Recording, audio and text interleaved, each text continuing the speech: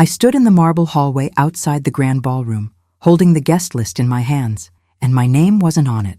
Elena Thorne, not listed, not anywhere. I had worked for 18 months planning this gala. 18 months of late nights and early mornings and endless emails and phone calls and negotiations. I was the Senior Vice President of Strategic Partnerships at AstraCorp. My husband Julian was the Chief Operating Officer. And my name wasn't on the guest list for our own company's biggest night of the year. I read it again. I thought maybe I had missed it. Maybe it was a typo. Maybe my name was there under a different section. But no, I went through every page, every category, board members, executive leadership, department heads, major donors, sponsors, VIP guests. My name wasn't anywhere, but Skylar Reed's name was there. Julian's executive assistant, 25 years old. She was listed under executive leadership, right below Julian's name. My hands started shaking. I looked up. That's when I saw them. Through the glass doors that led to the garden, I could see white roses climbing up trellises. I could see string lights wrapped around trees. I could see the fountain in the center, lit from below with soft blue light. And I could see Julian, my husband of 42 years, standing beside the fountain with Skylar Reed. And he was kissing her. Not a polite kiss. Not a business kiss. Not a kiss that could be explained away as friendly or professional or accidental. His hands were in her hair. Her arms were around his waist. Her body was pressed against his. And he was kissing her like she was the only person in the world. I felt the air leave my lungs. I felt my chest tighten. I felt the guest list slip from my hands and hit the marble floor with a soft rustle. The world I thought I knew shattered in the space of 3 seconds. Who erases a woman from her own triumph? Who replaces a wife in public before ending the marriage in private? And how long had I been living in a performance I didn't even know was staged? The ballroom behind me was filling with people. I could hear music. I could hear laughter. I could hear champagne glasses clinking. People were arriving for the gala I had planned, the gala that was supposed to celebrate 5 years of record growth at AstraCorp, the gala that was supposed to honor the partnerships I had built. The gala where my name didn't appear anywhere. I bent down and picked up the guest list. My knees hurt. I had been wearing heels all day and my feet ached. I straightened up. I looked at the paper again. Maybe I was wrong. Maybe I was being paranoid. Maybe there was a reasonable explanation. But there wasn't. The program had been printed. I had seen it that morning on Julian's desk in his study at home. I had picked it up while he was in the shower. I had flipped through it. My name wasn't in the program either. Not in the acknowledgments, not in the leadership section, not in the thank you notes to sponsors. It was like I had never existed, like I had never worked for this company, like I had never spent 23 years building relationships and securing partnerships and generating revenue. I heard footsteps behind me, heels clicking on marble. I turned around. It was Diane Mercer. She was the head of investor relations. I had worked with her for 15 years. We had traveled together to conferences. We had closed deals together. We had celebrated promotions together. She saw me standing there. She saw the guest list in my hands, and her face went tight. She stopped walking. She glanced toward the ballroom. Then she looked back at me. She smiled, but it wasn't a real smile. It was the kind of smile people use when they're uncomfortable, when they know something you don't, when they're trying to manage a situation.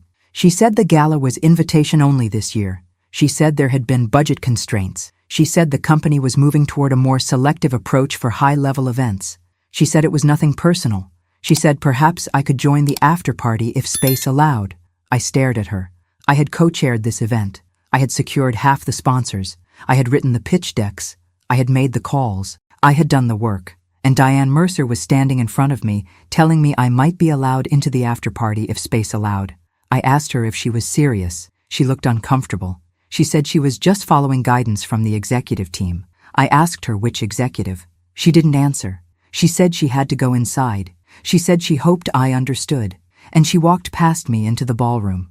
I stood there alone in the marble hallway. I could smell jasmine coming from the garden. I could hear the fountain. I could hear voices and music and the soft hum of a party beginning. A party I had created. A party I wasn't invited to. I walked toward the glass doors. I pushed them open. The night air was cool. It felt good against my skin. I had been hot all day, anxious, rushing around making sure everything was perfect. The dress I was wearing was emerald silk. I had bought it specifically for tonight. It was elegant and expensive, and it fit perfectly. I had gone to the salon that afternoon. I had my hair done, my nails done. I had wanted to look my best. I had wanted to feel confident. I had wanted to stand beside Julian and feel proud of what we had built together. I walked down the stone path toward the garden. My heels clicked against the pavers. Julian heard me. He stepped back from Skylar. She turned and looked at me, and I saw something in her face that made everything worse. She wasn't surprised. She wasn't embarrassed. She wasn't apologetic. She looked satisfied, like she had been waiting for this moment, like she had won something. Julian straightened his tie. He ran a hand through his hair. He said my name, Elena, like it was a question, like I was the one who needed to explain what I was doing there. I asked him how long. My voice sounded calm. I didn't feel calm. I felt like I was falling, but my voice was steady and clear and cold. I asked him how long this had been going on. He didn't answer. He looked at Skylar. She touched his arm. Her fingers were light and possessive on his sleeve. She had red nails, perfectly manicured. She was wearing a black dress that showed her shoulders. She had long blonde hair that fell in waves down her back. She looked young and fresh and confident. She looked like someone who belonged, and she said she would give us a moment. She walked past me. Her perfume was sharp and sweet, something floral and expensive. She didn't look back. Julian waited until she was inside. Then he said we would talk about this later. Not here, not now. This was an important night. There were board members inside. There were investors. There were donors. There were people watching. He said it like I was the threat, like I was the one making a scene, like I was the one who was out of line. I told him my name wasn't on the guest list. He didn't look surprised. He said there had been space limitations, budget cuts, a strategic shift in how the company positioned its leadership. He said the board had decided to highlight emerging talent, to focus on the future, to present a younger, more dynamic image. He said it wasn't personal. I asked him if erasing his wife was part of the rebrand. He looked at me for a long moment. His face was blank, unreadable. This was the man I had lived with for 42 years, the man I had raised 2 children with, the man I had built a life with, and I couldn't read his face. He said I was being dramatic. He said I was making this about me when it was about the company. He said I was embarrassing him. And then he walked past me, back into the ballroom, back to the party, back to the people who mattered. And he left me standing alone in the garden with the smell of jasmine and the sound of the fountain, and the knowledge that everything I thought was real had been a lie. If you're enjoying this story, hit that subscribe button, drop a like, and tell me where you're watching from. Just a reminder, this is a fictional dramatization for entertainment only. It's not professional legal, medical, or financial advice. Viewer discretion is advised. Enjoy the rest of the video. I walked back through the garden. I went out the side entrance. I found my car in the parking structure. My hands were shaking so badly I had trouble getting the key in the ignition. I sat there for a minute. I could hear my heartbeat in my ears. I could feel my chest rising and falling. I could taste something metallic in my mouth. Fear, maybe, or shock. I started the car. I drove home. The streets were dark and quiet. It was a Saturday night in February. The city lights blurred past. I kept the radio off. I didn't want music. I didn't want noise. I just wanted silence. Our house sat on a hillside in Bel Air. It was a Spanish revival with white stucco walls and a red tile roof. There were arched windows and wrought iron balconies and bougainvillea climbing up the front entrance. We had bought it 34 years ago. Julian had just been promoted to vice president of operations. I had been promoted to director of client services. We were both moving up. We were both ambitious. We were both working 60-hour weeks. The house had been a stretch financially. The mortgage was steep, but we had wanted it. We had wanted the address. We had wanted the statement it made. We had wanted to feel like we had arrived. I pulled into the driveway. The motion lights came on. I turned off the car. I sat there. I looked at the house. All those years, all that work, all those mortgage payments and property taxes and repairs and upgrades. And for what? So Julian could stand in a garden and kiss a woman young enough to be his daughter while I stood in a hallway holding a guest list that didn't include my name? I got out of the car. I walked to the front door. My keys felt heavy in my hand. I unlocked the door. I stepped inside. The house was dark and quiet and cool. I turned on the light in the entryway. There was a note on the console table. It was in Julian's handwriting, neat and precise. The note said he would be late tonight. There was a board dinner after the gala. He would stay at the hotel downtown. He would see me tomorrow. I picked up the note. I looked at the date he had written at the top. 3 days ago. He had written this note 3 days ago. He had known he wouldn't come home tonight. He had known I wouldn't be at the gala. He had planned this. All of it. And he had left the note there for me to find after. I walked into the kitchen. I turned on the light. Everything was clean and organized. The counters were clear. The sink was empty. I had cleaned before I left that morning. I had wanted to come home to a tidy house after the gala. I had imagined Julian and me coming home together, opening a bottle of wine, talking about the event, celebrating. I had imagined a lot of things that weren't going to happen. I set my purse on the counter. I took off my coat. I filled the kettle with water and set it on the stove. I turned on the burner. I stood there and watched the blue flame. My phone buzzed. I pulled it out of my purse. It was a text from my daughter, Charlotte. She lived in Seattle. She was 40 years old. She worked in environmental policy for the state government. She was smart and serious, and she didn't waste words. The text said, "Mom, are you okay? Aunt Trish just called. She said you weren't at the gala. What happened?" I didn't know how to answer. I set the phone down. It buzzed again. Another text, this one from my son, Michael. He was 37. He lived in San Diego. He ran a sustainable architecture firm with 2 partners. He had his father's ambition, but none of his coldness. The text said, "Dad's assistant posted photos from the gala. You're not in any of them. What's going on?" I picked up my phone. I opened the social media app I barely used. I searched for Skylar Reed. Her account was public. She had posted a dozen photos in the last hour. The ballroom, the stage, the flowers, the donors. Julian standing at a podium giving a speech. Skylar standing beside him with her hand on his back. Both of them smiling. The caption said, "What an honor to support tonight's incredible event alongside this amazing team.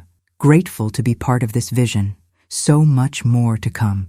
There were hearts and congratulations and comments from colleagues I knew, people I had worked with, people who should have noticed I wasn't there. But no one had said anything. No one had asked where I was. No one had mentioned my name. I scrolled through the photos. Julian and Skylar at the registration table. Julian and Skylar greeting donors. Julian and Skylar standing in front of the AstraCorp logo backdrop. In every photo, she was beside him. In every photo, she looked like she belonged. In every photo, I was absent. I set my phone down. The kettle started to whistle. I turned off the burner. I poured water into a mug. I added a tea bag. I watched the water turn brown. I had spent 18 months planning that gala. I had written the sponsorship proposals. I had pitched the donors. I had secured the venue. I had coordinated with the caterers and the florists and the AV team. I had built the programming. I had shaped every detail. And in one night, I had been erased, replaced, rewritten out of the story. I carried my tea to the kitchen table. I sat down. I was still wearing my coat. I was still wearing my heels. My feet hurt. My back hurt. My chest hurt. But I didn't move. I just sat there in the quiet house and tried to understand what had just happened. My phone buzzed again. I looked at it. Another text from Charlotte. "Mom, please answer. I'm worried." I picked up the phone. I typed, "I'm home. I'm okay. I'll call you tomorrow." I hit send. I set the phone down. But I wasn't okay. I was the furthest thing from okay. I sat there for a long time. I drank my tea. It got cold. I stood up. I walked to the study. It was a small room off the living room with built-in bookshelves and a desk and a window that looked out over the backyard. This was where Julian kept his files, his work documents, his personal papers. I turned on the desk lamp. I opened the filing cabinet. I started looking. I didn't know what I was looking for. I just knew I needed to look. I found mortgage papers, property tax statements, insurance policies, bank statements. I found folders labeled with years, tax returns going back 15 years. I pulled out the most recent one, last year's return. I sat down at the desk. I opened it. I looked at the numbers. Our joint income, my salary, Julian's salary, investment income. And then I saw something I hadn't noticed before. There was a line for deferred compensation, Julian's deferred compensation. The amount was $73,000 for last year alone. I flipped back through previous returns. The amount was similar each year. sometimes more, sometimes a little less. I had signed these returns. I had looked at them, but I had never really paid attention to that line. I had trusted Julian to handle the finances. He was the COO. He understood money. He understood investments and retirement accounts and tax strategy. I had just signed where he told me to sign. I pulled out another folder. This one was labeled Astra Corp Benefits. Inside were documents about Julian's 401k, his pension, his stock options. I found a statement from 6 months ago. His 401k balance was $1.8 million. I stared at the number. I knew he had a 401k, but I didn't know it was worth that much. I found another document, a stock option agreement from 5 years ago. Julian had been granted 50,000 stock options at $12 per share. The current stock price, according to the last quarterly report I had seen, was $47 per share. I did the math in my head. 50,000 options, $35 per share in gains. That was $1.75 million before taxes. But still, that was real money. Money I hadn't fully understood we had. I kept looking. I found a folder labeled Deferred Compensation Plan. Inside was a statement dated 3 months ago. Julian had been deferring part of his salary for years. The account balance was $942,000, almost $1 million. Money he had earned. Money that was owed to him. Money I hadn't known existed. I sat back in the chair. I looked at the documents spread across the desk. We had money. Real money. Retirement money. Money that could set us up comfortably for the rest of our lives. Or money that could set Julian up comfortably while I got whatever he decided to give me. I heard a sound. I looked up. It was nothing. Just the house settling. I looked back at the documents. I started taking photos with my phone. I didn't know why. Instinct, maybe. Or fear. I photographed every page, every statement, every agreement. I wanted my own copies, copies Julian couldn't take away. When I was finished, I put everything back in the folders. I put the folders back in the filing cabinet. I turned off the desk lamp. I walked upstairs to the bedroom. I took off my dress. I took off my heels. I washed my face. I looked at myself in the bathroom mirror. I looked old. I looked tired. I looked like a woman who had just discovered her life was a lie. I got into bed. I lay there in the dark. I thought about 42 years. I thought about meeting Julian when we were both 26. I thought about falling in love. I thought about getting married. I thought about being pregnant with Charlotte. I thought about Julian's excitement when Michael was born. I thought about moves and promotions and family vacations and holidays and anniversaries. I thought about all the moments that had made up our life together, and I wondered how many of them had been real. I didn't sleep that night. I lay there and watched the shadows on the ceiling. I listened to the house. I thought about Skylar Reed, 25 years old, young and beautiful and standing beside my husband like she owned him. Maybe she did. Maybe I had just been too blind to see it. The next morning I got up at 6. I made coffee. I dressed in jeans and a sweater. I heard a car in the driveway. I looked out the window. It was Julian. He was driving the black sedan we kept for his work trips. He parked. He got out. He looked fresh, rested, like he had slept well, like he had nothing to feel guilty about. He came in through the front door. He set his keys on the console table. He walked into the kitchen. He saw me standing there. He said good morning like it was any other Sunday. I asked him where he had been. He said the hotel, like I didn't already know. I asked him if he was alone. He looked annoyed. He said that wasn't fair.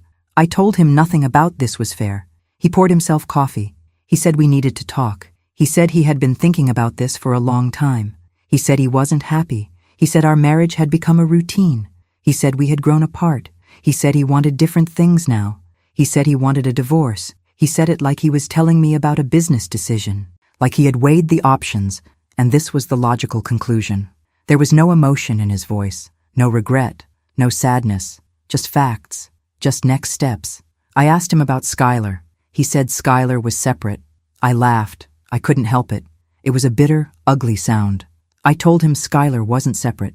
Skylar was the reason. He said that wasn't true. He said he had been unhappy for years. He said Skylar had just helped him see clearly. I asked him how long. He sighed. He said it didn't matter. I told him it mattered to me. He looked at me for a long moment. Then he said a year, maybe 14 months. He said it had started casually. Drinks after work, dinners when they were traveling. It had grown into something more. He said he hadn't planned it, but he wasn't sorry. I felt sick. 14 months, over a year, while I had been working beside him, while I had been sleeping beside him, while I had been planning the gala that was supposed to celebrate our success. He had been building a life with someone else. I asked him about my job. He looked uncomfortable. He said the company was restructuring. He said my role was being eliminated. He said it wasn't personal. It was a business decision. The company needed to cut costs. They needed to streamline leadership. They needed to position themselves for future growth, and that meant making hard choices. I asked him if firing his wife was a hard choice. He said I wasn't being fired. I was being offered a transition package. He said it was generous, 6 months of severance, benefits continuation, a reference letter.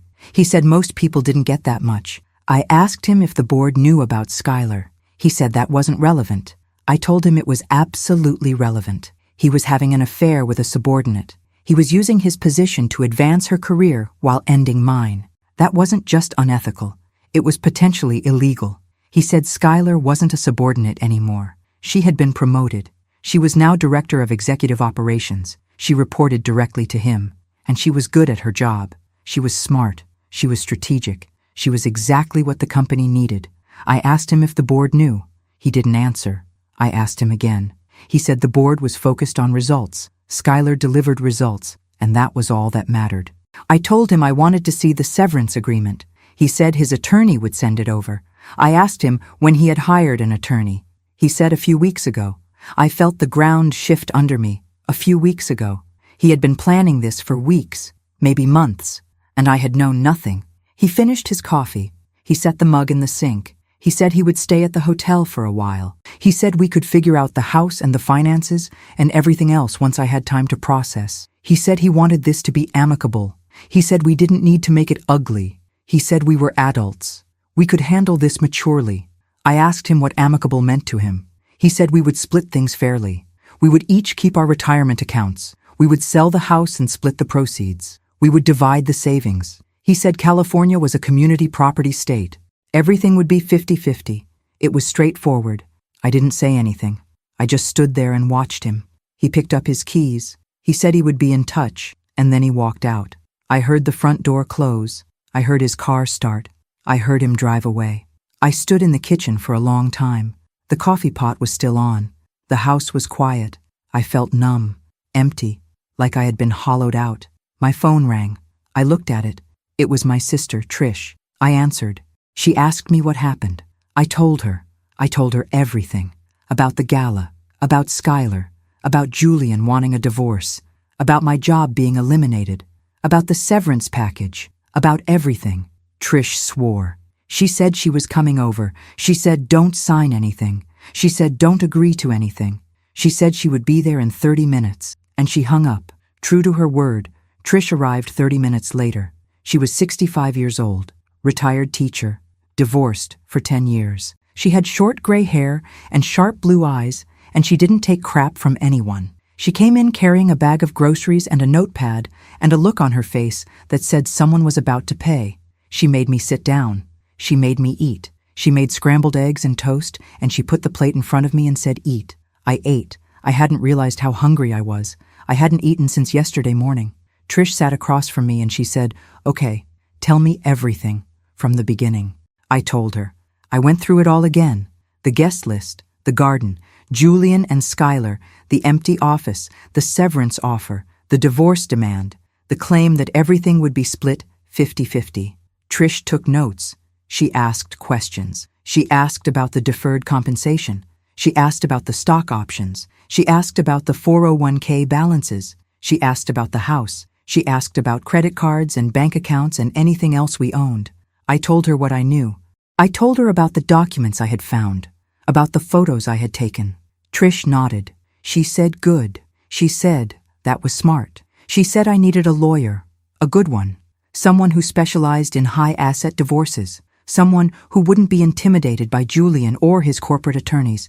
She gave me a name, Patricia Sokoloff, a family law attorney in West Los Angeles. Trish said Patricia had handled her divorce 10 years ago. She said Patricia was tough. She was smart. She didn't miss anything. And she didn't let anyone push her clients around. Trish said, call her first thing Monday morning. Don't wait. Don't think about it, just call. I said I would. Trish asked me if I had talked to Charlotte or Michael. I said not really, just texts. Trish said I needed to call them. She said they deserved to know what was happening. I said I would. But not yet. I wasn't ready. Trish stayed all day. She helped me go through the house. We went through every drawer and every closet and every cabinet. We were looking for documents, financial records, anything that showed what Julian and I owned together. We found more bank statements. We found credit card statements. We found investment account statements. We found insurance policies for the house, for the cars, for life insurance. Trish photographed everything. She said we needed backups. She said we needed proof. She said if this went to court, we would need documentation. And we couldn't trust that Julian would provide it willingly. We found something else, a credit card statement from an account I didn't recognize. It was in Julian's name only. I had never seen it before. The statement showed charges going back 6 months. Hotels, restaurants, jewelry stores, a boutique hotel in Malibu, 2 nights in July. I remembered that week. I had been at a conference in San Francisco. Julian had said he had to work late. He had said he would stay at the apartment we kept downtown for late nights, but according to this statement, he had been at a hotel in Malibu, with Skylar, presumably. There were other charges, dinners at expensive restaurants, a necklace from a jewelry store in Beverly Hills, flowers delivered multiple times, a weekend at a resort in Santa Barbara, all charged to this card I had never known about. Trish looked at the statement. She said this was evidence. Evidence that Julian had been using marital assets to fund his affair. Evidence that he had been hiding money. Evidence that he had been planning this for a long time.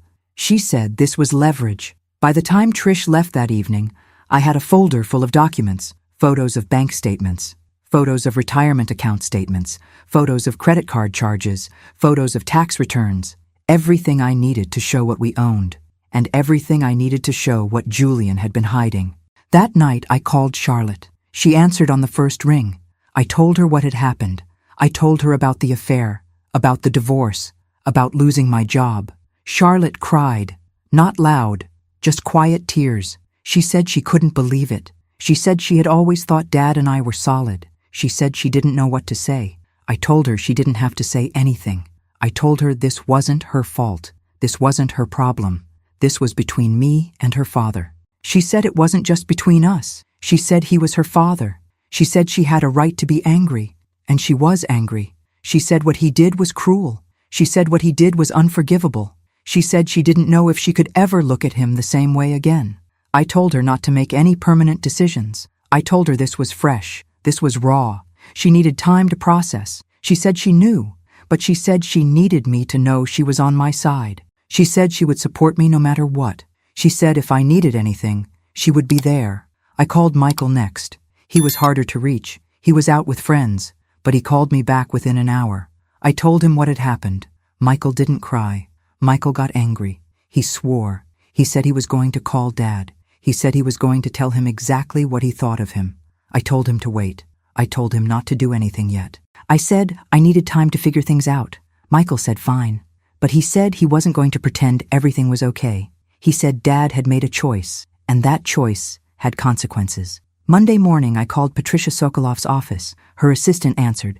I gave my name. I said I needed to consult with Ms. Sokolov about a divorce. The assistant asked a few questions. She asked if there were children. I said yes, but they were adults. She asked if there were significant assets. I said yes. She asked if I had an attorney. I said no. She said Ms. Sokolov had an opening that afternoon at 3. I took it. I spent the morning organizing my documents. I printed everything I had photographed. I made copies. I put everything in a folder. I dressed carefully. Navy suit, low heels. I wanted to look professional. I wanted to look like someone who should be taken seriously. Patricia Sokolov's office was in a 3-story building on Wilshire Boulevard. The waiting room was clean and quiet. Gray chairs, white walls, abstract art, a view of the street below. I checked in with the receptionist. I sat down. I filled out intake forms. Name, address, employment status. I wrote unemployed. It felt strange to write that. I had been employed my entire adult life. Now I was unemployed. Patricia came out to meet me at exactly 3 o'clock. She was in her mid-50s, short dark hair streaked with gray, sharp brown eyes, a burgundy blazer over a black dress. She shook my hand firmly. She said, "Miss Thorne, come on back." I followed her to her office. It was organized and efficient. There was a large desk, bookshelves filled with law books, a window that looked out over Wilshire Boulevard, 2 chairs facing the desk. She gestured for me to sit. She sat across from me. She folded her hands on the desk. She said, "Tell me what's going on." I told her. I started with the gala, with seeing my name missing from the guest list, with seeing Julian kiss Skylar in the garden. I told her about being forced out of my job, about the severance offer with the non-disclosure clause, about Julian asking for a divorce, about him claiming everything would be split 50-50, about the deferred compensation and the stock options I had found, about the credit card charges that showed he had been funding the affair with our money. Patricia took notes. She didn't interrupt. She just listened and wrote. When I finished, she looked up. She said, "You've been systematically removed." I nodded. I said that's what it felt like I had been quietly erased from my own life. Patricia said, "This isn't just a divorce. This is a calculated strategy." She said Julian had been planning this. He had isolated me professionally. He had positioned his mistress in a place of power. He had been moving money into accounts he thought I wouldn't notice. And then he had waited until I was most vulnerable to make his move. She said it was textbook. She said she had seen it before. Powerful men who wanted to trade in their wives for younger models. They set up the new life first. They secure their assets. They position themselves financially. And then they pull the trigger. She said the problem for Julian was that California was a community property state. Everything acquired during the marriage belonged equally to both spouses. That included his salary, his bonuses, his stock options, his deferred compensation, his 401k, all of it, 50-50. Whether he liked it or not. I asked her what I should do. She said, "First, don't sign the severance agreement. Not yet. Not until we understood what I was giving up." She said the non-disclosure clause was particularly problematic. It meant AstraCorp didn't want me talking. That meant I had leverage. That meant they were worried about something. She asked me if Julian had used his corporate position to push me out. I said yes. She said that was a breach of fiduciary duty. It was also potentially actionable as workplace retaliation or wrongful termination. She said we could argue that Julian had cost me future earnings, benefits, reputation, and career advancement. We could calculate that loss and add it to the divorce settlement. She asked me about the affair. I told her what I knew, that it had been going on for over a year, that Julian had promoted Skylar, that he had been using company resources and our marital assets to fund the relationship. Patricia nodded. She said that was also leverage. She said if AstraCorp knew about the affair, they might be liable for allowing a hostile work environment, for allowing a senior executive to abuse his power, for allowing discrimination. She said we had options. We could file for divorce and request full financial disclosure. We could subpoena records from AstraCorp if necessary. We could depose witnesses. We could build a case that showed Julian had been hiding assets, misusing marital funds, and abusing his corporate position to harm me professionally. She said this was going to be a fight. She said Julian would hire a good attorney. He would try to protect his assets. He would try to minimize what he owed me. He would argue that his stock options and deferred compensation were his separate property. But she said California law was on my side. And she said if we built a strong case, we could win. She asked me if I was ready to fight. I looked at her. I thought about everything I had lost in the past 3 days. My job, my marriage, my sense of security, my belief that I mattered. And I thought about Skylar Reed standing beside my husband with that satisfied smile. I thought about the guest list with my name missing. I thought about 42 years of my life being erased. I said yes. I was ready to fight. Patricia smiled. It was a small smile, but it was real. She said good. She said she would draft a response to the severance offer. She said she would file for divorce on my behalf. She said she would request full financial disclosure from Julian and from AstraCorp. She said we would get the records. We would get the truth. And we would get what I was owed. She said her retainer was $25,000. She said her hourly rate was $600. She said this case could cost anywhere from $50,000 to $100,000, depending on how hard Julian fought. I felt my stomach drop. That was a lot of money. But I thought about the deferred compensation, the stock options, the 401k, the house. If Patricia was right, I was entitled to half of everything. That was millions of dollars. I could afford $50,000 for a lawyer. I wrote the check. Patricia said she would get started immediately. She said she would call me within 48 hours. She said in the meantime, I should not communicate directly with Julian about the divorce. I should refer him to her. She said I should also start thinking about what I wanted, not just financially, but emotionally. Did I want the house? Did I want to sell it? Did I want to stay in Los Angeles? Did I want to move? She said I needed to start imagining my next chapter, because this chapter was over. I left her office feeling something I hadn't felt in days. I felt hope. I felt like maybe I wasn't powerless. Maybe I could fight back. Maybe I could win. That week I got an email from the HR department at AstraCorp. It was from Denise Liu, the head of human resources. The email was formal and cold. It said they needed my response to the severance offer by the end of the month. That gave me 11 days. It said if I didn't respond, the offer would be withdrawn. I forwarded the email to Patricia. She called me an hour later. She said this was a pressure tactic. They were trying to force me to make a decision before I had time to think. She said we weren't going to play that game. She said she would respond to Denise Liu directly. She would tell them I was represented by counsel. She would tell them we were reviewing the offer. And she would tell them we had concerns about the legality of my termination. 2 days later, Patricia received a call from AstraCorp's legal department. They wanted to meet. They wanted to discuss a resolution. Patricia said she would bring me. The meeting was set for the following Monday at their offices. I was nervous. I hadn't been back to the AstraCorp building since the day I had picked up the box from outside my office. I didn't want to see Julian. I didn't want to see Skylar. I didn't want to walk through that building feeling like an outsider in a place I had worked for 23 years. But Patricia said I needed to be there. She said I needed to show them I wasn't afraid. She said I needed to show them I was fighting. So I agreed. Monday morning I dressed in my gray suit. Patricia met me in the lobby of the AstraCorp building. She was wearing a black suit and red heels. She looked fierce. She said, "Ready?" I said yes. We took the elevator to the executive floor. We were led to a conference room. Inside were 4 people. Richard Cartwright, the general counsel.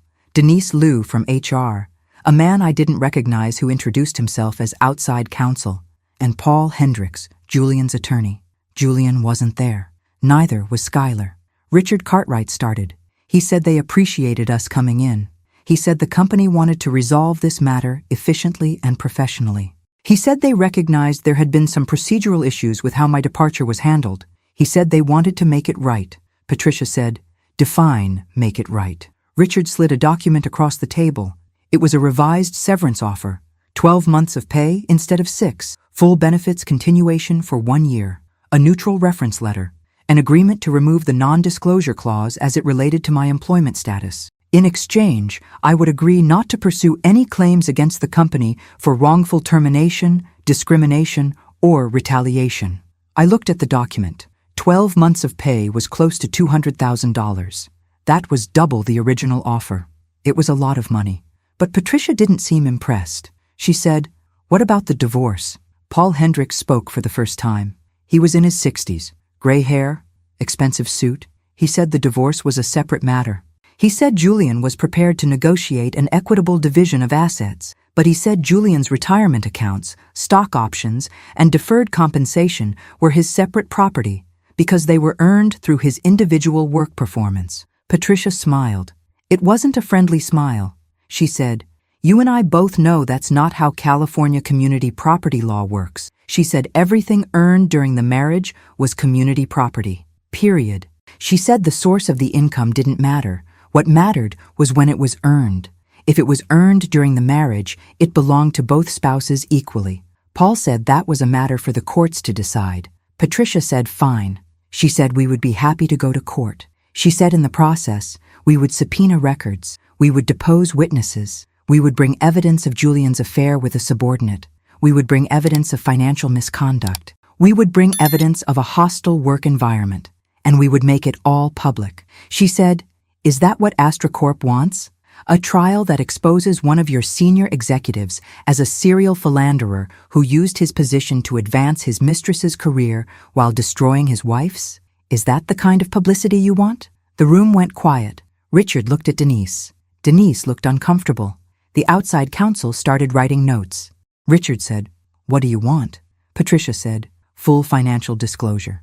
Complete records of all retirement accounts, stock options, deferred compensation, and any other assets or benefits acquired during the marriage. 50% of all community property. Compensation for lost wages and career advancement due to wrongful termination, and a public acknowledgement from AstraCorp of Ms. Thorne's contributions to the company. Richard said that was excessive.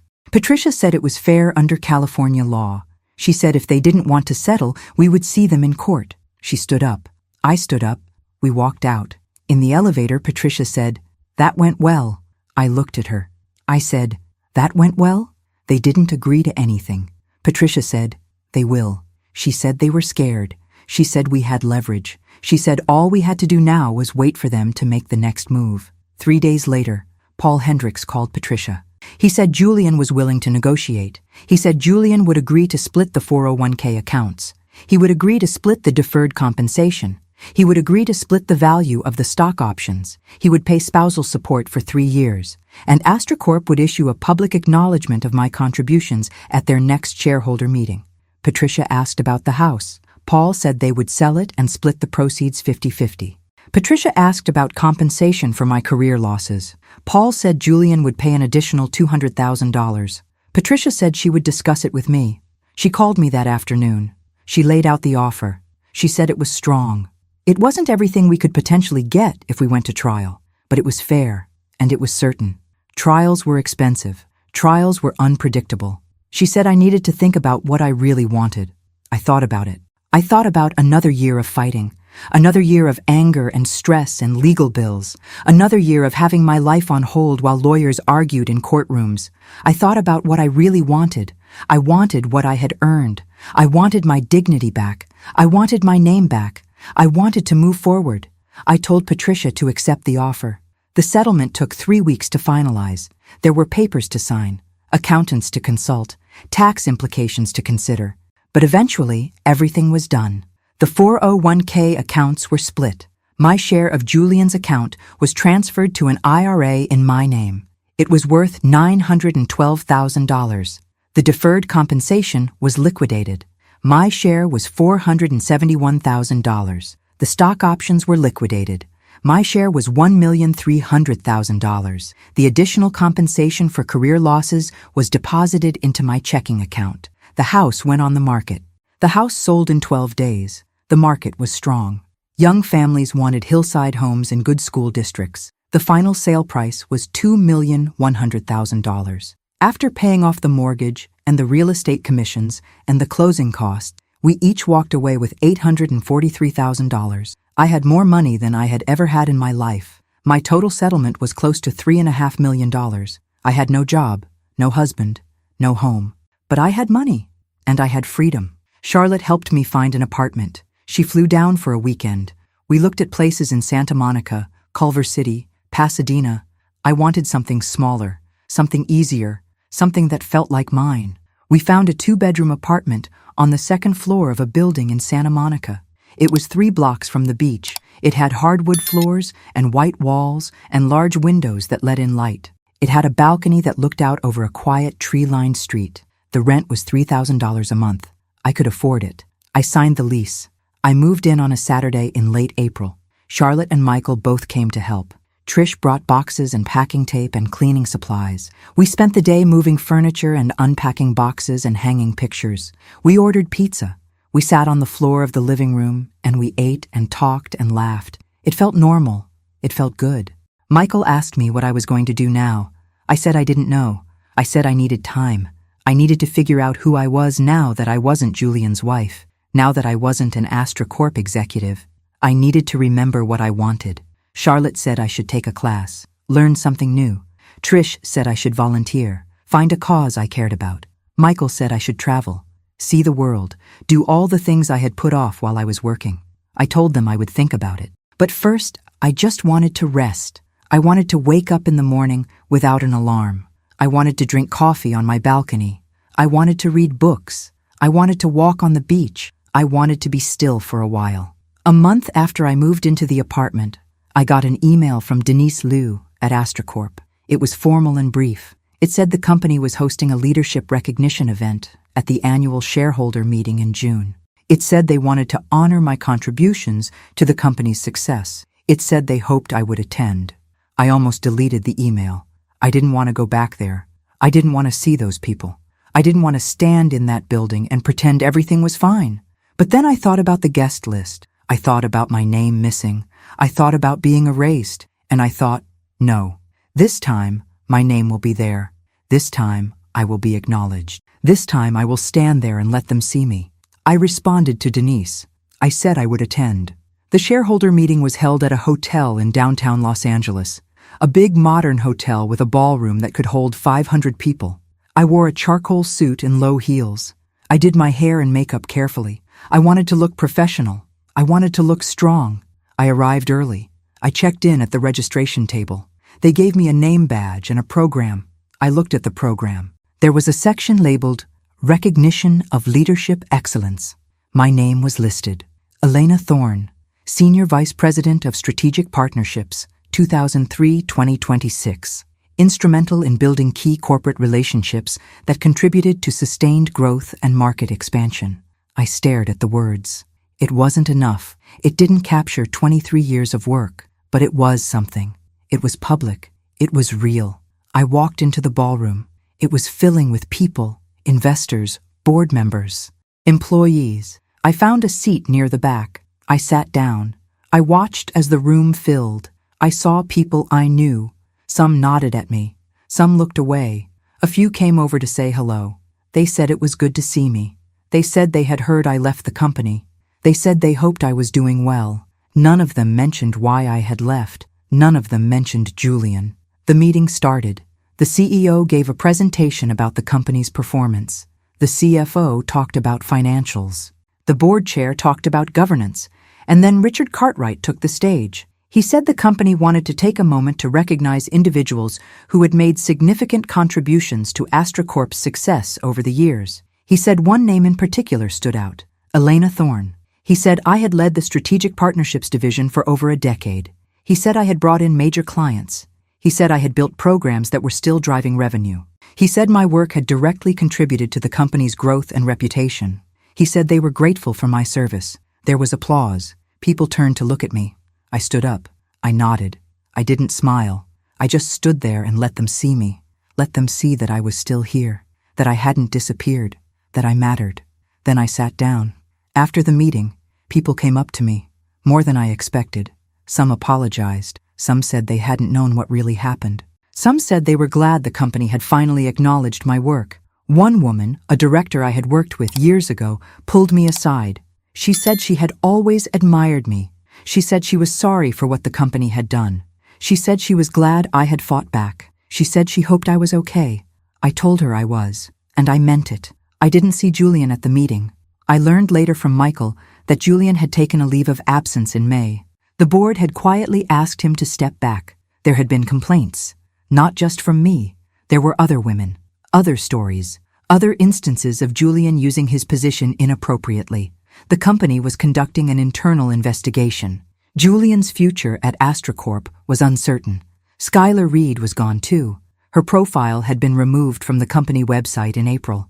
I never learned exactly what happened, but I heard rumors. There was talk of policy violations, talk of inappropriate relationships, talk of favoritism. The company had decided to cut ties, quietly, quickly, before it became a bigger problem. I didn't feel vindicated. I didn't feel happy that they had suffered consequences. I just felt tired. Tired of the whole thing. Tired of thinking about it. Tired of carrying it.